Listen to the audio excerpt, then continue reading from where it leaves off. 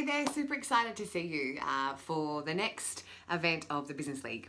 My name's Edward Plant. I'm Rebecca Plant. And together we run the Business League, which is a national networking organisation to support you connect, develop and grow. This is going to be a huge event, as always, and we're looking forward to connecting you with 100 other people to find out what you do, get you some new leads and some new opportunities. So come prepared to network. You don't need to bring your business cards this time because we're online, but be prepared to know who you want to meet, what you want to do with them, and how we're going to support you get connections that are strategic for your business.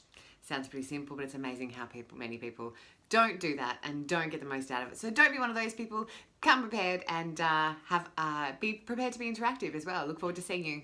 Now, logistically, you will need to jump onto Zoom, make sure that everything is shut down and you just have that one browser open. You'll jump on at about 6:40. You'll get welcomed in and Ainsley will be there to welcome you. And then just think of it like a normal networking event. Be dressed, ready to go. Come, interact, engage, and get a lot of benefit out of it. As always, there are no pajamas allowed, but pants are optional. We won't see you, so we'll leave it up to you to what to dress for. I'll see you then. See you.